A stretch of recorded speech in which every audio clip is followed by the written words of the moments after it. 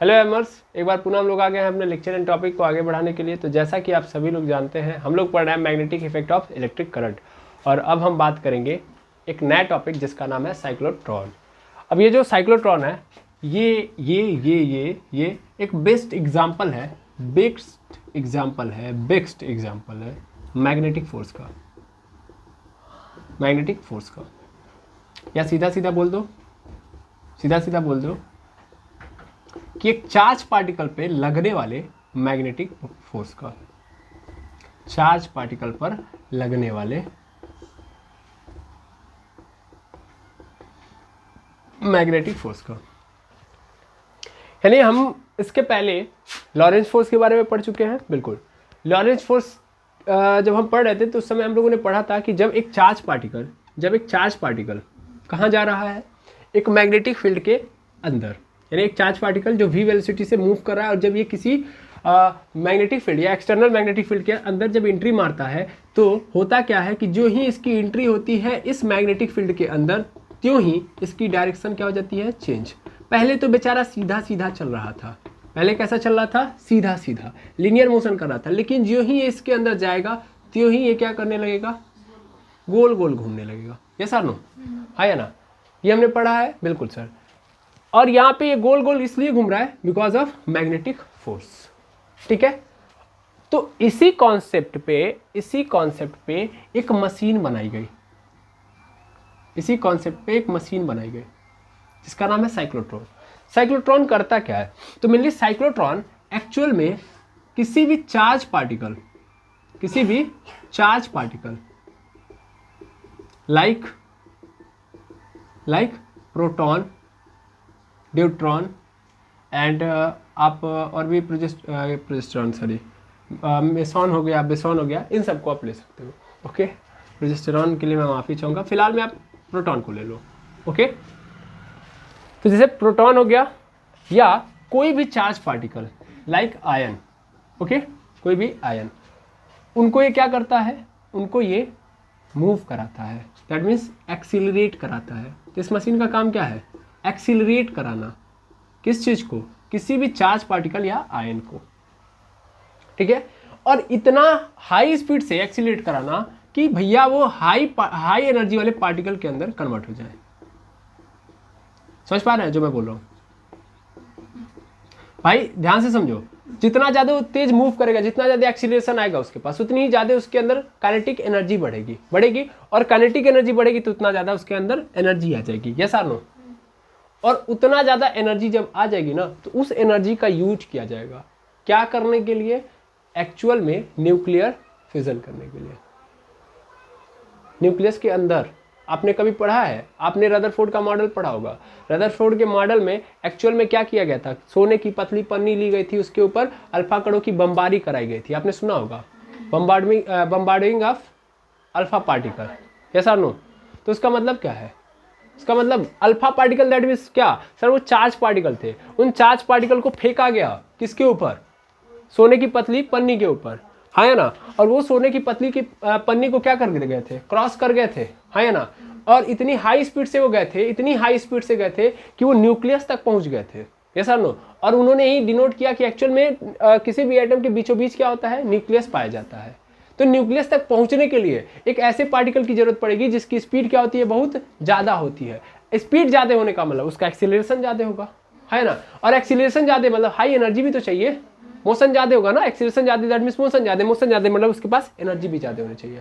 तो एक्चुअल में साइक्लोट्रॉन क्या करता है, ये एक मशीन है, इसका यूज इसलिए किया जाता है क्या करने के लिए, कि किसी भी चार्ज पार्टिकल को ये एक्सीलरेट कर सके।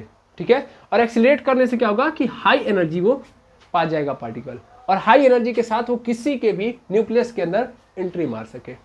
समझ पा रहे हैं? यस और नो? जो मैं बोल रहा हूँ समझ पा रहे हैं? तो डेफिनेशन में का मतलब यही है कि व्हाट इज साइक्लोट्रॉन। तो cyclotron is a machine which is used for accelerating to charge particle for high energy. Okay, yes और नो? बिल्कुल, तो ये मतलब होता है इसका। इन्वेंशन किसने किया था, इन्वेंशन, तो इसका इन्वेंशन ईओ लॉरेंस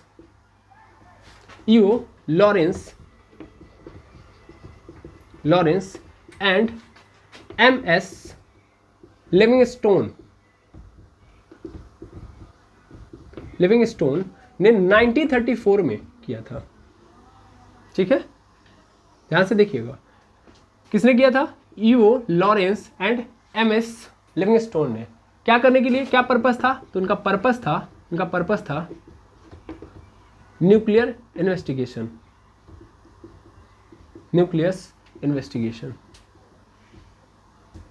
ठीक है, न्यूक्लियस की जांच पड़ताल करने के लिए उन्होंने किया था। ओके, हाँ या ना?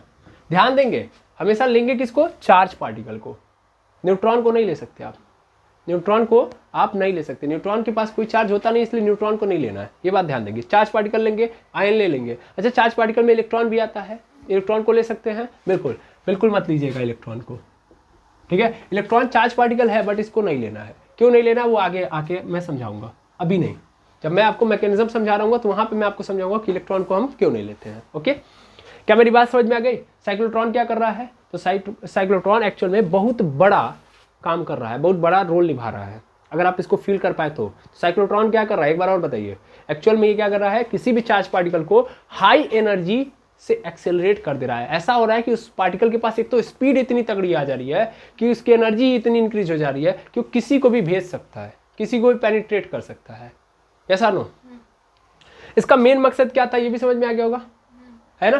तो जब भी आपको न्यूक्लियस के थ्रू, मतलब न्यूक्लियस के बारे में जानकारी लेनी हो, न्यूक्लियस के बारे में कुछ छेड़छाड़ करना हो, तो आपको इसकी जरूरत पड़ेगी। ठीक है, साइक्लोट्रॉन की। क्लियर है?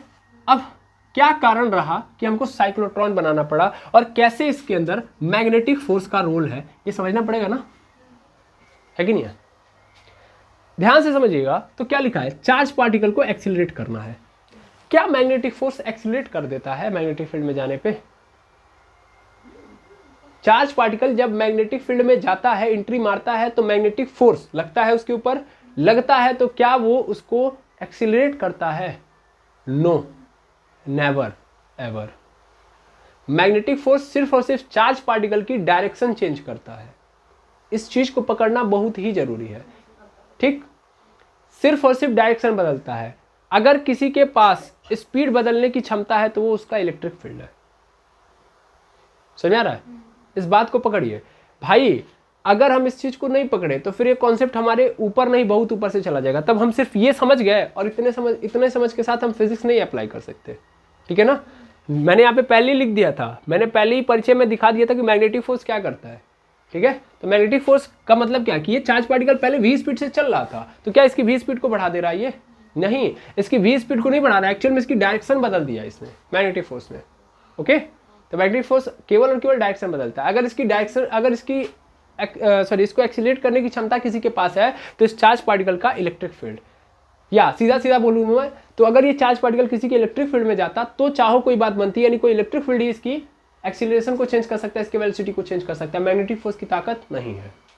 ठीक है, तो आखिर क्या कारण रहा ये जानना बहुत जरूरी है कि हमको मैग्नेटिक फोर्स को यहाँ पे लाना पड़ेगा और हमको इस कॉन्सेप्ट को भी इंक्लूड करना पड़ेगा। ओके, फिर इसका स्ट्रक्चर आप देख लीजिए, फिर बेसिक समझाता हूँ, फिर वर्किंग भी आप पकड़ लेंगे और यूज, फिर उसके बाद खत्म ये टॉपिक। ठीक है, तो मैं इसको पूरा रफ कर दूँ। क्लियर हो गया? मशीन है क्या करने के लिए?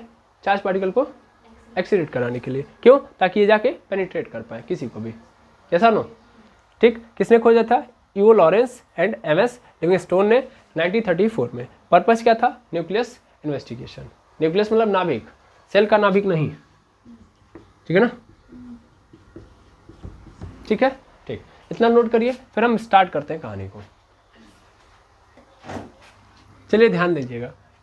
अब हम साइक्लोट्रॉन का कारण समझते हैं कि आखिर हमको मैग्नेटिक फोर्स को क्यों इंक्लूड करना पड़ा। तो मेनली आप सभी लोगों को पता है कि मान लीजिए अगर हम अपने बेसिक्स, पिछले बेसिक्स इलेक्ट्रिक फील्ड के बारे में समझे, तो मान लो अगर दो प्लेटें हैं। ओके, ये कौन सी प्लेट है? पॉजिटिव, और ये क्या है? निगेटिव। ओके, ठीक। अब मान लो यहाँ पे एक आपको पता है कि इलेक्ट्रिक फील्ड की डायरेक्शन किधर से होती है? प्लस से माइनस की ओर होती है। अब इसमें आपने एक पार्टिकल को डाल दिया Q, या एक चार्ज पार्टिकल को डाल दिया Q।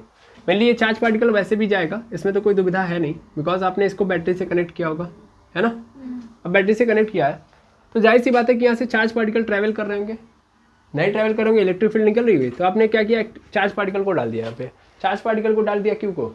अगर चार्ज पार्टिकल जब इस फील्ड में होगा तो इसके ऊपर फोर्स लग रहा होगा, फोर्स कौन लगा रहा होगा, प्लस वाला है ना, प्लस वाला इसको लगा रहा होगा। अब मेनली ये कैसा है, पॉजिटिव है, अगर पॉजिटिव है तो जाहिर सी बात है इसके ऊपर फोर्स लग रहा होगा, है ना। एक सिंपल फिनोमेना पकड़ो कि ये प्लस वाला है, ये भी प्लस वाला, रिपल्सन क्रिएट होगा, ये इस प्लस वाले को किधर भेज रहा होगा, सर इधर, है ना, भेज रहा होगा। अब मान लो अगर इसकी इंटेंसिटी मैंने बढ़ा रहा हूँ, ये बढ़ा रहा हूँ मैं, इंटेंसिटी क्या कर रहा हूँ, बढ़ा रहा हूँ, तो इधर से रिपल्सन तगड़ा होगा, है ना, और तगड़ा और तगड़ा और तगड़ा। तो इधर से जब ये पार्टिकल इधर से दौड़ के जब इधर जा रहा होगा तो इधर से जितना ही आपको दिखाई दे रहा है कि जितना आपने इधर क्रिएट किया है रिपल्सन, उतना ही तेज इसकी स्पीड हो रही होगी, या ऐसे समझ लो, सिंपल मैं समझा रहा हूँ। यहाँ पे प्लस क्यू चार्ज है, यहाँ पे प्लस प्लेट है, तो जाहिर सी बात है रिपल्सन क्रिएट होगा तो ये इसको दूर भगाएगी और ये मूव करते जाएगा। और जैसा कि आप सभी लोग जानते हैं कि शुरुआत में जैसे मान लो अगर नहीं होता तो इसका स्पीड क्या होता, 0, लेकिन जो ही आपने लगाया त्यों ही इसके ऊपर रिपल्सन क्रिएट हुआ, ये दौड़ना स्टार्ट करेगा, तो 0 से इसकी स्पीड बढ़ेगी, है ना, बढ़ते जाएगी।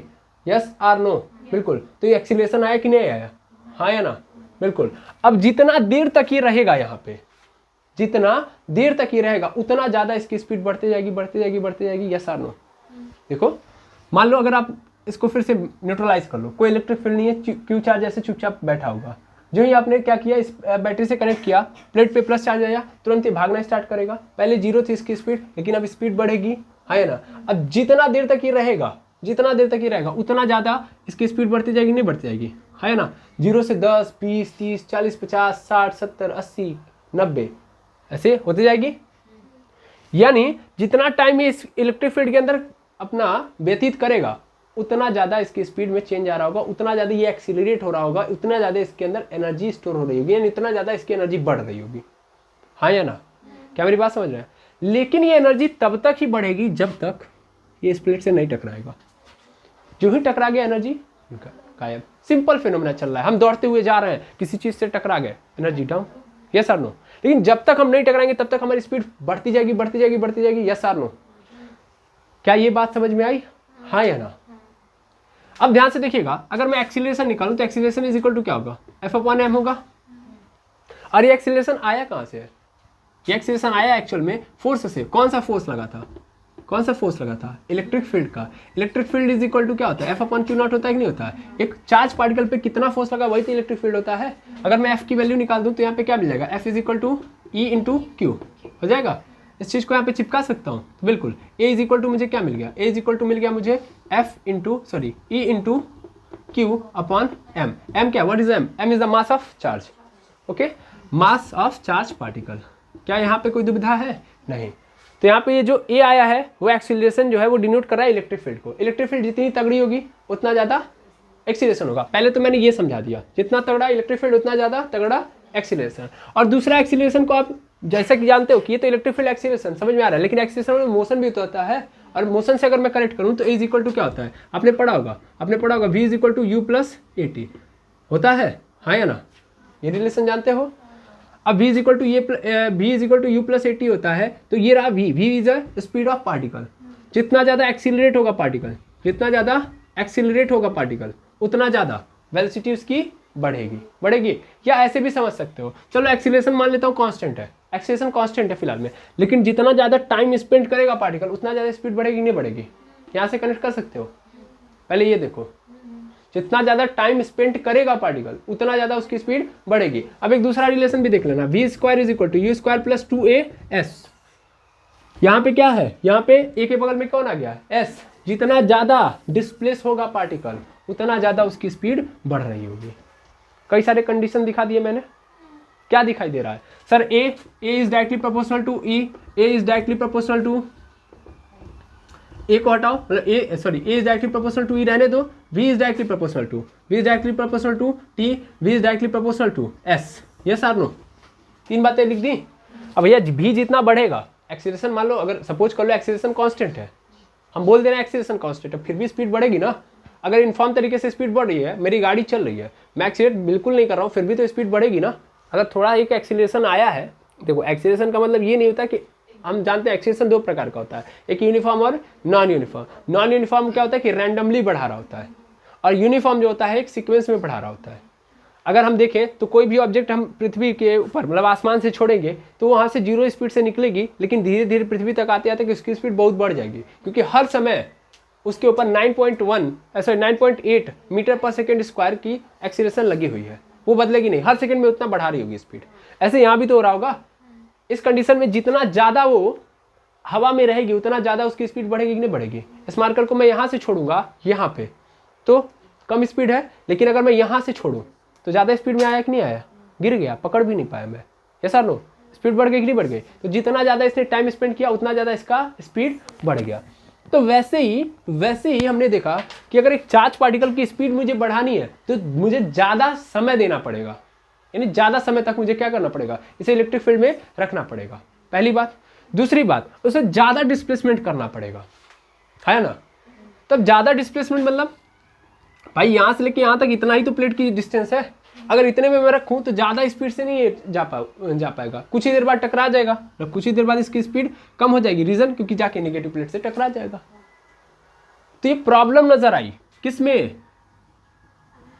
किसमें इलेक्ट्रिक प्लेट के अंदर। मतलब कि इलेक्ट्रिक फील्ड अगर केवल है तो सिर्फ इलेक्ट्रिक फील्ड से हम ये काम नहीं कर सकते, इस चार्ज पार्टिकल को बहुत ज़्यादा हाईली एक्सीलरेट नहीं कर सकते। क्यों नहीं कर सकते, कारण समझ में आ गया।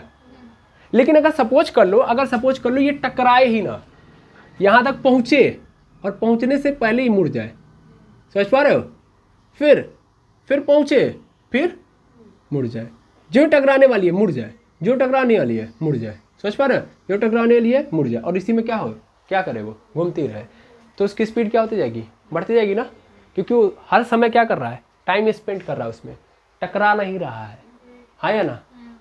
तो इसे मोड़ना पड़ेगा, ऐसा ना, गोल गोल घुमाना पड़ेगा, और गोल गोल घुमाने के लिए किसकी एंट्री हुई, मैग्नेटिक फोर्स की। अब आई थिंक फील आ गया होगा मैग्नेटिक फोर्स क्यों आ रहा है, कारण समझ में आ गया, हाँ या ना। चलिए, तो यहाँ तक के कॉन्सेप्ट से हमको ये समझ में आ गया कि इस चार्ज पार्टिकल को मुझे मूव कराना है, स्पीड बढ़ाना है, तो इस प्लेट को इंक्रीज करना पड़ेगा, जो कि हमारे बस से बाहर है। भाई कितना लंबा हम ले सकते हैं प्लेट, बहुत ज़्यादा लंबा नहीं ले सकते, ओके। तो इस केस के लिए हम लोगों ने क्या दिमाग लगाया, कि इसको गोल गोल घुमा लेते हैं, और गोल गोल कौन घुमाएगा, मैग्नेटिक फोर्स, ठीक है। अच्छा, अब इसके बाद की कहानी समझिएगा। कई बार ऐसा भी होता है कि आप इन सभी रिलेशन से परे एक बात यहाँ से भी समझ सकते हो कि E = V/d होता है। इसको पूरा अंदर तक समझ लीजिए, E = V/d होता है।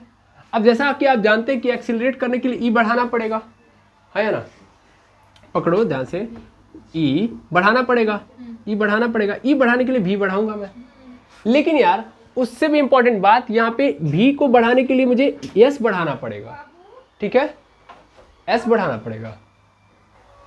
तो S बढ़ाओगे दैट मीन्स D बढ़ाओगे, और D बढ़ाने से ये घट जाएगा, ये घट गया तो फिर एक्सीलरेशन डाउन। तो ले देके यहाँ से भी आप कनेक्ट कर लो कि भैया S बढ़ा, D बढ़ा मतलब E घटेगा। अरे व्हाट इज S, तो S मतलब डिस्प्लेसमेंट कितना हुआ ना, और डिस्प्लेसमेंट उतना ही तो होगा जितना प्लेट के बीच में डिफरेंस रहेगा। And D what is D is the distance between both plate, है ना, दोनों प्लेट के बीच का जो डिस्टेंस है उसी को तो D से डिनोट कर रहा हूँ मैं। तो S बढ़ाओगे D बढ़ेगा, दैट मीन्स E घट जाएगा। तो यहाँ से भी एक समस्या उत्पन्न हो गई। तो इन सभी समस्याओं को देखते हुए ये रिजल्ट निकल के आया था, और यही हम लोगों को एक सोल्यूशन नजर आया। इस कारण हम लोगों ने क्या किया, मैग्नेटिक फोर्स को यहाँ पे इंक्लूड किया, ओके। अब मैग्नेटिक फोर्स कहाँ से आएगा भाई, मैग्नेटिक फोर्स कहाँ से आएगा सर, मैग्नेटिक फोर्स मैग्नेट से आएगा, है ना, मैग्नेटिक फोर्स कहाँ से आएगा, मैग्नेट से आएगा। तो हम लोगों ने यहाँ से क्या देखा, इसका स्ट्रक्चर, तब हमें समझ में आया कि मैग्नेटिक फोर्स कैसे काम किया। तो मेनली हमको क्या करना है, हमको 2 प्लेट लेनी है, सेमी सर्कुलर हॉलो प्लेट्स हैं ये, ओके। और किस शेप की है, तो डी शेप की है, ठीक है, डी शेप की है, ओके। थोड़ा ध्यान से समझिएगा, अदरवाइज फिर समस्या हो जाएगी मेरे लिए भी और आपके लिए भी। क्यों मैं बोल रहा हूँ, ये डी शेप की है, तो मैंने क्या बोला था, सेमी सर्कुलर है, हॉलो है। हॉलो मतलब समझ पा रहे हैं ना, what is the means of hollow? Hollow मतलब खाली है। तो अगर मैं इसको अगर साइड से साइड व्यू दिखाऊं तो यहाँ पे क्या होगा, यहाँ पे ऐसे कुछ स्ट्रक्चर होगा, हाँ या ना, ऐसे होगा, क्लियर है, कटा हुआ होगा, समझ पा रहे ना? ऐसे यहाँ पे भी होगा,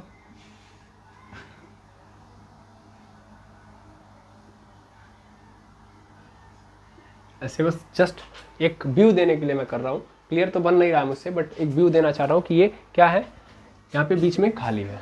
ओके, अब बीच में आपने क्या रख दिया, एक पार्टिकल को रख दिया, बीच में एक पार्टिकल को रख दिया, एक चार्ज पार्टिकल को रख दिया है, और इन दोनों प्लेट्स को क्या कर दिया सर, इलेक्ट्रिक फील्ड से कनेक्ट कर दिया या बैटरी से कनेक्ट कर दिया। बैटरी से कनेक्ट करोगे तो होगा क्या, ध्यान से देखना, यहाँ पे प्लस, यहाँ पे माइनस, तो इस प्लेट पे क्या आ जाएगा प्लस और इस प्लेट पे माइनस। तो इलेक्ट्रिक फील्ड की डायरेक्शन किधर से किधर होगी सर, इधर से इधर की ओर। यस सर नो, पहले बताओ हाँ या ना, इतना समझ में आ रहा है?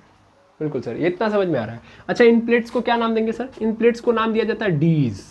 डी शेप की है डीज, क्या बोला जाएगा, डीज। क्या बात समझ में आया, हाँ या ना? और इन प्लेट्स में ध्यान देंगे, क्या करेंगे आप, थोड़ा सा आप यहाँ पे होल रखेंगे, ठीक है, क्या करेंगे, होल कर देंगे ऐसे। ओके, होल मतलब ऐसे गैप क्रिएट कर देंगे। गैप क्यों क्रिएट किया जा रहा है अभी मैं समझा रहा हूँ। ओके, और यहाँ पे आप अपना टारगेट फिक्स कर दीजिए। अब इस गैप के सामने आप अपना टारगेट रख दीजिए, जहाँ पे आपको क्या करना है, जहाँ पे आप इस चार्ज पार्टिकल को हाई एनर्जी के साथ भेजना चाह रहे हो, ठीक है, फायदेमंद रहेगा आपके लिए। अब ध्यान से समझिएगा, ये तो सब हो गया। अब दूसरा आप क्या करना है सर, इलेक्ट्रिक फील्ड पैदा हो चुकी है, सब खेल हो चुका है, अब हमको क्या करना चाहिए, मैग्नेटिक फील्ड को डालना चाहिए। तो मैग्नेटिक फील्ड मतलब मैग्नेट डालना है मुझे। अब मैग्नेट डालूं मैं, तो मैग्नेट एक ऊपर से डालना और एक नीचे से। ये प्लेट कैसी है, ये ऐसी प्लेट है। ओके, मतलब आपने क्या किया है, आपने ऐसे मैं मान लेता हूं, ये दोनों प्लेटें हैं, मतलब मैं मान लेता हूं कि ये दोनों प्लेट एक पेपर है, ठीक है ना, ये प्लेट हो गई। और इस प्लेट के ऊपर आप क्या कर रहे हो, ये डस्टर को रख रहे हो, इसका मतलब ये एक मैग्नेट है, और जस्ट इसके नीचे मान लेता हूँ कि ये है चौक, तो इसको यहाँ पे रख दिया, ये दूसरा मैग्नेट है। दोनों का पोल अलग हुआ, मान लो ये जो होगा इसका साउथ पोल होगा यहाँ पे, और ऊपर क्या है नॉर्थ, और यहाँ पे नॉर्थ पोल, नीचे साउथ। पकड़ पा रहे हैं जो मैं बोल रहा हूँ? ये क्या है, what is it, north pole मान लेता हूँ, ये नॉर्थ पोल है, और ये क्या है, साउथ पोल है। समझ में आ रहा है? तो इससे क्या होगा, मैग्नेटिक फील्ड पैदा होगी। मैग्नेटिक फील्ड कैसी होगी, परपेंडिकुलर। क्यों, ध्यान से देखो, इसमें डायरेक्शन कैसी है, ऐसे मैं इसको भी इंक्लूड कर दे रहा हूँ कि मान लो ये पॉजिटिव प्लेट थी, यहाँ पे मैं मान लेता हूँ कि ये पॉजिटिव, ये क्या है निगेटिव, तो ऐसे जा रही होगी, इलेक्ट्रिक फील्ड की रिएक्शन ऐसे होगी। तो ऐसे जब मैंने रखा तो मैग्नेटिक फील्ड की रिएक्शन कैसे होगी, ऐसे होगी कि नहीं होगी, तो इसके क्या होगी, परपेंडिकुलर।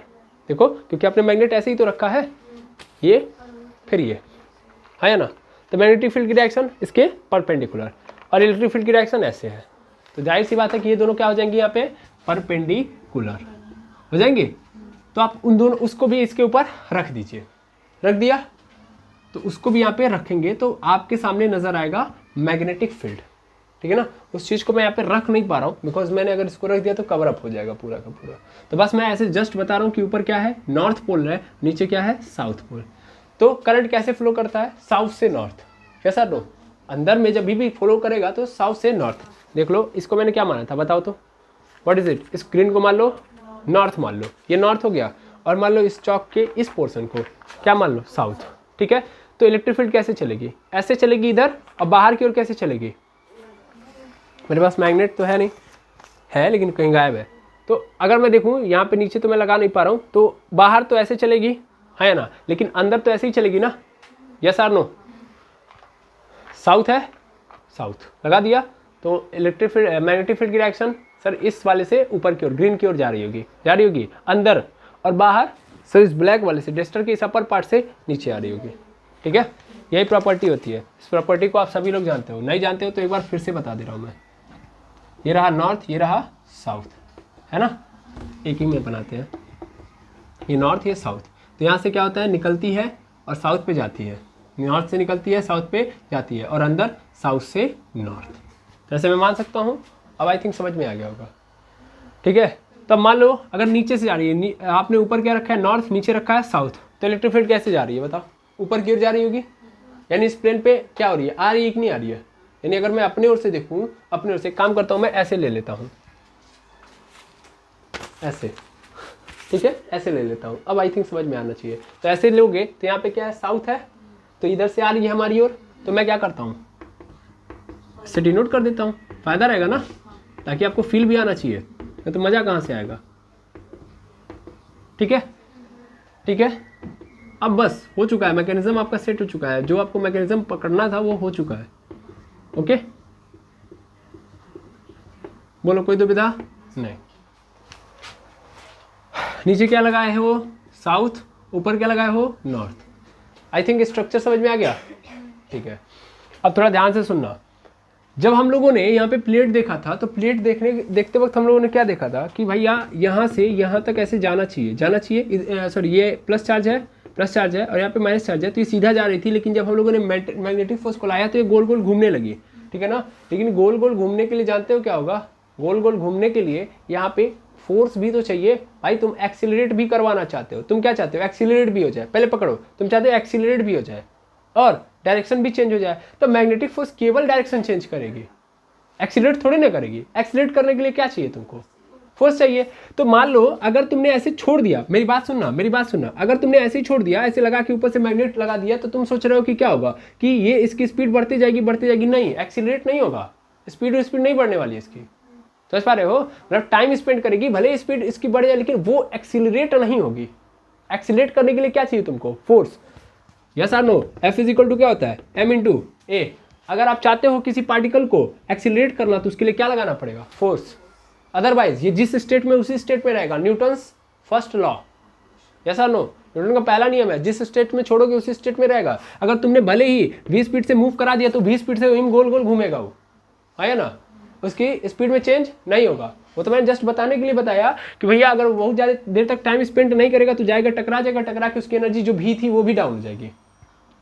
तो उतना लंबा नहीं हम लगा सकते, इसलिए हम लोगों ने मैग्नेटिक फोर्स को अप्लाई किया, जिससे वो गोल गोल घुमाए। लेकिन गोल गोल घूमेगा केवल, स्पीड में चेंज नहीं आएगा। स्पीड में चेंज कराएगा कौन, फोर्स। और फोर्स कहाँ से मिलेगा सर, इस इलेक्ट्रिक फील्ड के थ्रू मिलेगा। तो इलेक्ट्रिक फील्ड तो सर हमेशा इस डायरेक्शन में है। पहले तो ये भी समझ लो कि मान लो ये ऐसे है, ऐसे चल रही है, ऐसे चल रही है। तो मान लो ये क्यू पार्टिकल है, ये ऐसे आया घुमा, तो ये जो फोर्स है, फोर्स इसको किधर क्यों लग रही होगी, फोर्स इस पे तो इधर क्यों लग रही होगी ना। ये चार्ज पार्टिकल इधर आ रहा है, इधर आना चाह रहा है, तो इलेक्ट्रिक फील्ड इसके ऊपर किधर की फोर्स लगा रही है, इधर। तो क्या एक्सीलरेट करा रही है, घंटा एक्सीलरेट करा रही है। इससे एक्सीलरेट थोड़ी ना होगा, ओके, एक्सीलरेट नहीं होगा। तो ये एक दुविधापूर्ण है।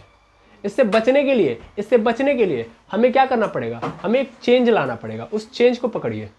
चेंज क्या करना पड़ेगा, थोड़ा बारीकी से समझिए। अगर ऐसा हो जाए सर कि जो ही अपनी डायरेक्शन चेंज करके यहाँ पे पहुंचे, त्यों ही ये जो फोर्स की डायरेक्शन जो इधर लग रही है वो इधर लगने लगे। यानी ये जो प्लस वाला प्लेट है, यानी इधर से जो प्लस वाला टर्मिनल वो इधर प्लस बन जाए और इधर क्या बन जाए, माइनस। तो फिर क्या होगा, मैग्नेटिक फील्ड इधर, इलेक्ट्रिक फील्ड इस डायरेक्शन में आ जाएगी, तो फिर इसको फोर्स फील हो जाएगा, नहीं हो जाएगा। समझ पा रहे हो। और फिर ये क्या होगी, खूब मतलब इसकी स्पीड बढ़ जाएगी, स्पीड बढ़ेगी, फिर ये इस डायरेक्शन में आएगा, मैग्नेटिक फोर्स फिर इसको घुमाएगी। और जब यहाँ पे आए तो फिर जो हमारा प्लस वाला टर्मिनल है फिर इधर आ जाए और फिर इधर से इसको क्या कर दे, फोर्स दे दे। यानी ये प्लस माइनस में जाए, मतलब जो ही इधर आ रहा है, ध्यान समझ में आ रहा है ना, जब डायरेक्शन चार्ज अपना चेंज करना चाह रहा है उस समय प्लस वाला आके उसको एक्सीलरेट कर दे। एक्सीलरेट चार्ज पार्टिकल को कौन कर रहा होगा, प्लस वाला।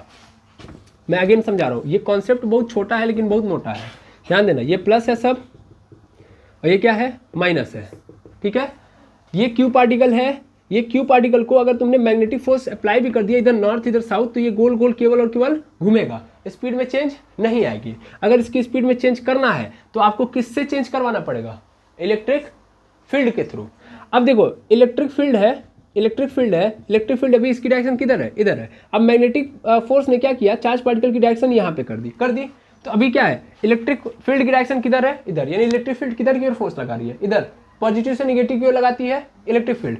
अब ये चार्ज पार्टिकल तो इसके अपोजिट चल रहा है ना, और नहीं तो ये तो स्पीड को कम कर देगी ना। अगर ऐसे जनरल फील करें तो यहाँ पे स्पीड को कम कर देगी, अगर देखा जाए ऐसे तो, ठीक है। तो हमें क्या चाहिए, इसकी स्पीड को एक्सीलरेट करना है। एक्सीलरेट करने के लिए जब ये अपनी डायरेक्शन में चेंज कर रहा है उस समय हम चाहेंगे कि ये जो इलेक्ट्रिक फील्ड है हमारी मदद करे और एक्सीलरेट कराए। दैट मीन्स हमको तुरंत फोर्स दे। जो ये मुड़ रहा है।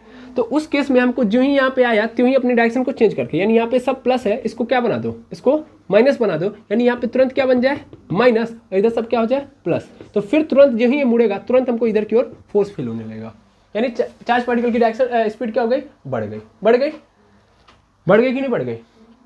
अब फिर जो ही बढ़ेगी तो बढ़ते हुए स्पीड के साथ ये क्या करेगा, ऐसे जो ही मुड़ेगा फिर, क्योंकि मैग्नेटिक फोर्स फिर इसको मुड़ाएगा, वो तो रोकेगा नहीं, तो फिर जो ही इधर आएगा तभी देखो अगर इस डायरेक्शन में चल रहा है फोर्स, अभी भी इलेक्ट्रिक फील्ड इस डायरेक्शन में, फिर तो स्पीड को घटा देगी, तो जो ही ये इस डायरेक्शन में मुड़ा इधर जाने के लिए तो ही इधर प्लस हो जाए, तो मजा आ जाएगा कि नहीं मजा आ जाएगा, तब स्पीड क्या हो जाएगी इसकी, बूस्ट हो जाएगी।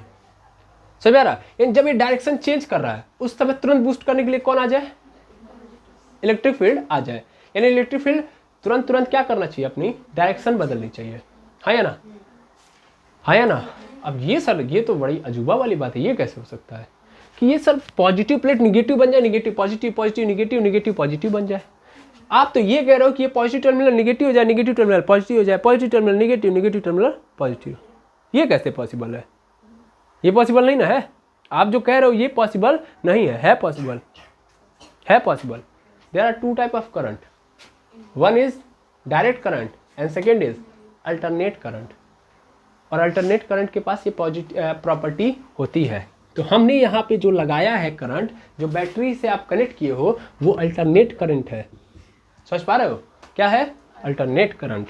अल्टरनेट करंट इसीलिए मैंने वहाँ पे नहीं बताया था कि कौन सी बैटरी कौन सा करंट मैं दे रहा हूँ, हाई करंट दे रहा हूँ, लेकिन कैसा है अल्टरनेट। अगर डायरेक्ट करंट आपने दिया, डायरेक्ट करंट दिया तो पॉजिटिव जीवन भर पॉजिटिव यहाँ पे खड़ा रहेगा, हम हिलेंगे नहीं, जीवन भर पॉजिटिव रहेंगे। निगेटिव वाला हम निगेटिव है, निगेटिव रहेंगे, कोई चेंज नहीं। लेकिन अल्टरनेट करंट की प्रॉपर्टी होती है कि अल्टरनेट करंट अपने आप को क्या करते रहता है, change, positive negative, positive negative, समझ पा रहे हैं, ऐसे चल रहा होता है, ऐसे समझ में आ रहा है। तो ऐसे ऐसे ऐसे चल रहा होगा, ठीक है, आई बात समझ में।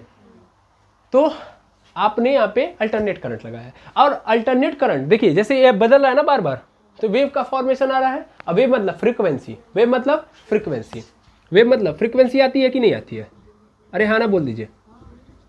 वेव मतलब फ्रीक्वेंसी, और फ्रीक्वेंसी मतलब what is the means of frequency, एक सेकेंड के अंदर कितनी नंबर ऑफ वेव जा रही हैं। अगर मैंने बोला कि किसी वेव की फ्रीक्वेंसी बहुत ज़्यादा है तो इसका मतलब एक सेकेंड के अंदर नंबर ऑफ वेव्स क्या हो रही हैं, ज़्यादा हो जा रही है। तो अगर मैं इस बात को पकड़ूं तो इसका मतलब बहुत जल्दी, अगर मैंने बोल दिया कि मैंने ऐसी एसी को डाला है जिसकी फ्रीक्वेंसी बहुत हाई है, इसका मतलब बहुत जल्दी प्लस माइनस हो रहा होगा कि नहीं हो रहा होगा, बहुत फास्ट तरीके से।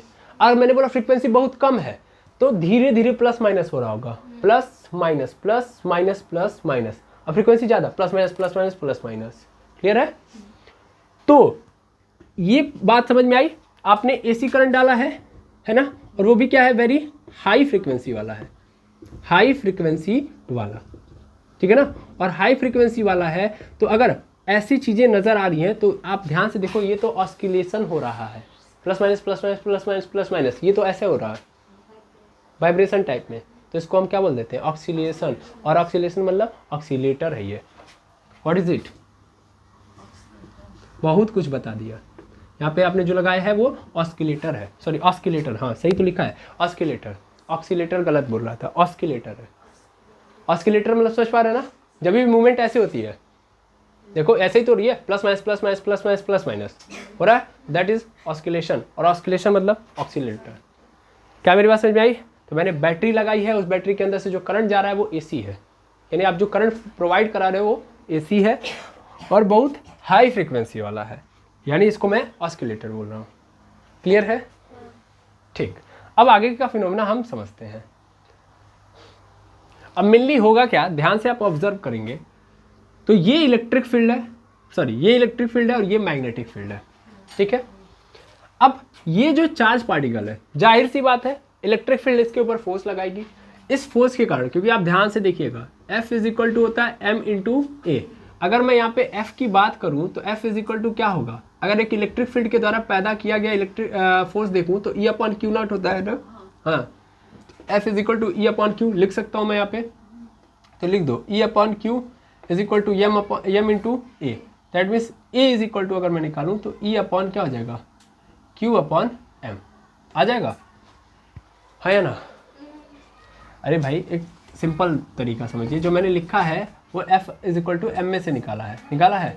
तो mainly E is equal to क्या होता है, F अपॉन एम होता है ना, होता है। तो E इज इक्वल टू क्या हो जाएगा, ए की जगह पे E इंटू क्यू आ जाएगा अपॉन एम। जो लिखा था पहले वो गलत था, ये सही है ना, ये सही है। ए इज इक्वल टू ये आया। अब ध्यान से आप ऑब्जर्व करो, तो जो ही इलेक्ट्रिक फील्ड इंक्रीज होगी, मतलब जो ही इलेक्ट्रिक फील्ड आएगी, ये चार्ज पार्टिकल, ये जो क्यू है वो एक्सीलरेट कर जाएगा, जाहिर सी बात है ना। तो एक्सीलरेट किया, एक्सीलरेट करेगा तो किधर जाना चाहेगा, इधर ही तो जाना चाहेगा।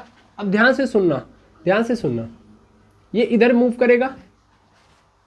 करेगा, हाँ या ना, अगेन समझना, ये चार्ज पार्टिकल है, इस चार्ज पार्टिकल के ऊपर फोर्स लगेगा तो इधर मूव किया, लेकिन ऊपर से आपने क्या लगा दिया है, ऊपर से आपने मैग्नेटिक फोर्स भी लगा दिया है।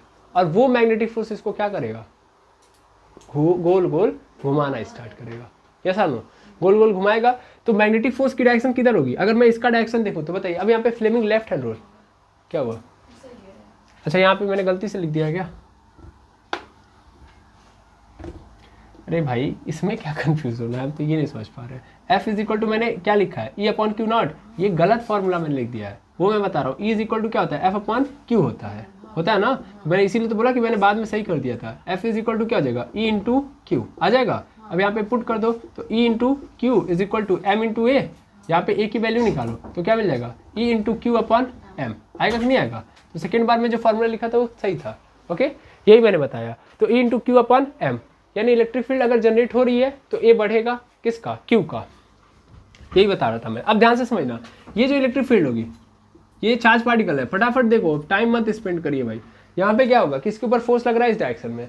अब फोर्स की डायरेक्शन किधर है, इधर है, ठीक है ना। अब हमको फ्लेमिंग का लेफ्ट हैंड रूल लगाना है, फ्लेमिंग का लेफ्ट हैंड रूल, तीनों हाथ निकाल लीजिए, सर 3 फिंगर निकालिए लेफ्ट हैंड से, ठीक है। फादर मदर चाइल्ड, ठीक है। तो करंट की डायरेक्शन किधर है, इधर है ना।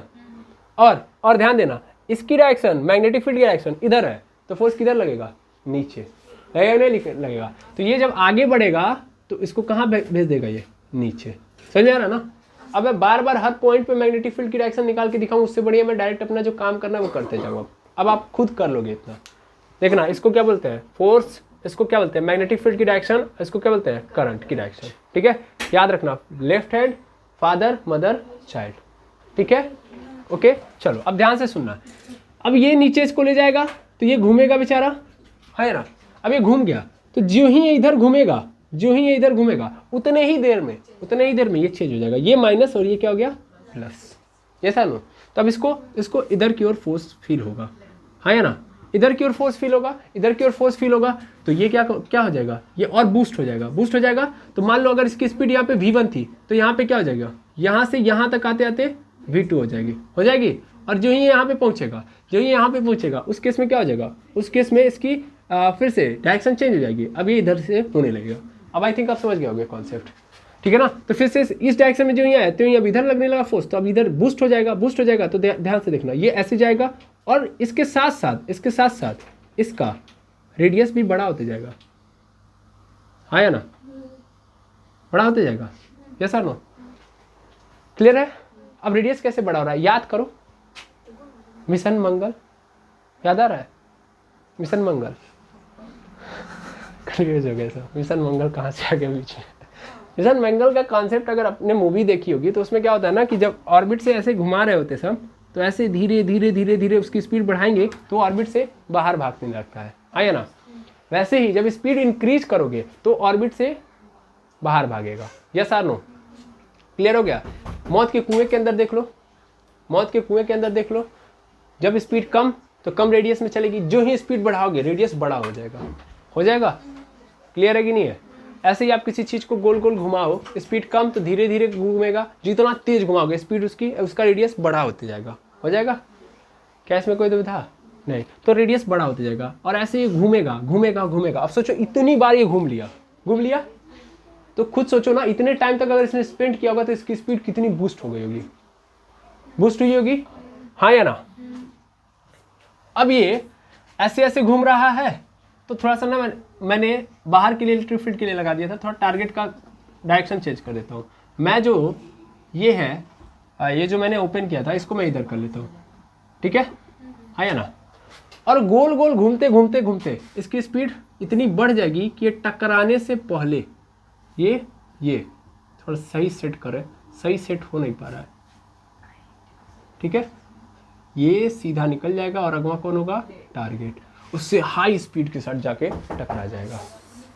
समझ में आया? क्या मेरी बात समझ में आई?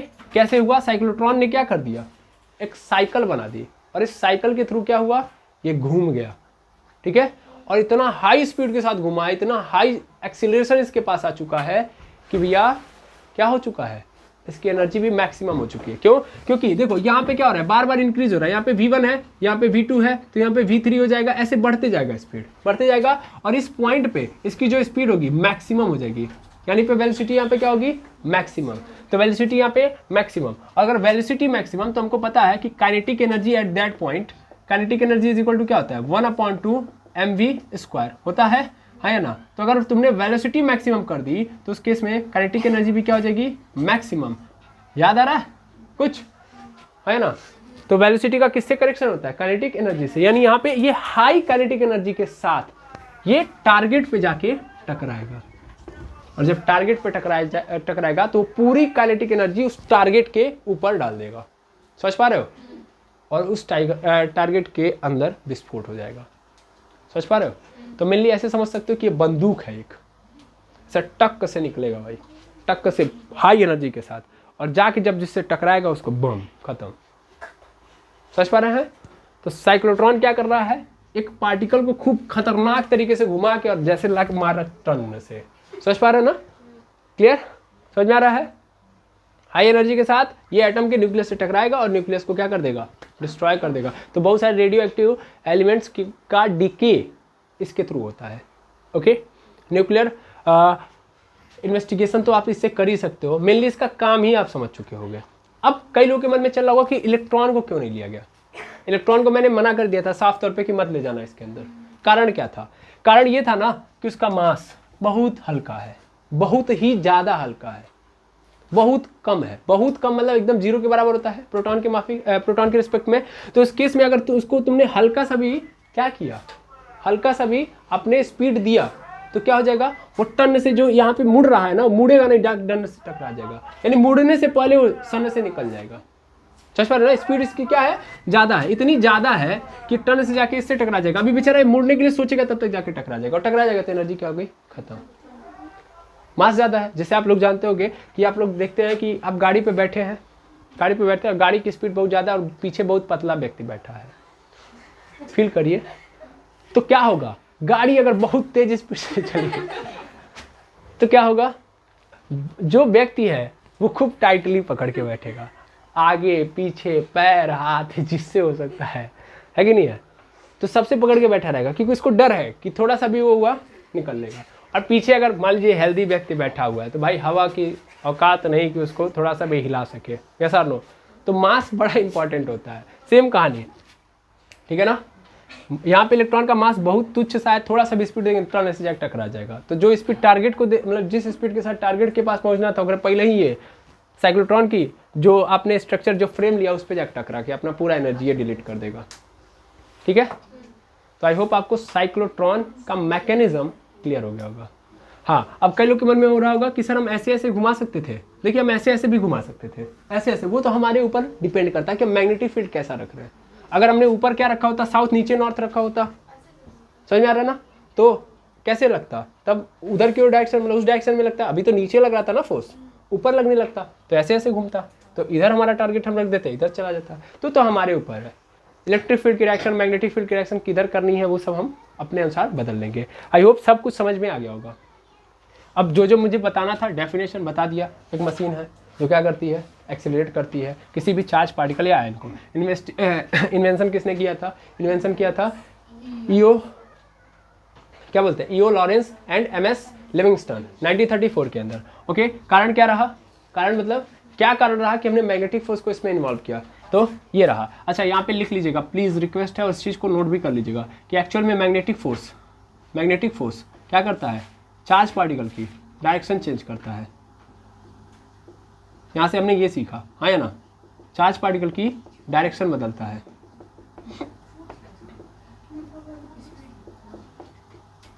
मैग्नेटिक फोर्स क्या करता है,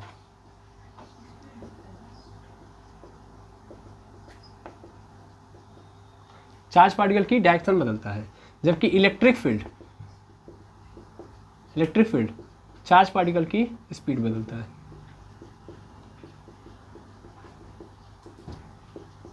ठीक है, कोई दिक्कत, कोई दुविधा? ठीक है, ये आई थिंक समझ में आ गया होगा। स्ट्रक्चर क्या है, यही है, डीज है, उसी के अंदर पूरा खेला हो रहा है। वर्किंग कैसे काम कर रहा है ये भी समझा दिया। और यूजेस आपको पता ही है, ठीक है ना। तो आप यहाँ पे लिख सकते हो न्यूक्लियर इन्वेस्टिगेशन के अंदर, ठीक है ना, फिर न्यूक्लियर डीके के अंदर, समझ पा रहे हैं, हाँ या ना। तो इन सब जगहों पे इसका यूज होता है। आई होप आप साइक्लोट्रॉन को अच्छे से समझ गए होंगे और इसका मैकेनिज्म, काम, क्रियाशैली सब कुछ क्लियर हो गया होगा। इसी उम्मीद के साथ आज की क्लास को यहीं पेंट करूंगा। मिलूंगा नेक्स्ट वीडियो में। Thank you very much एमर्स।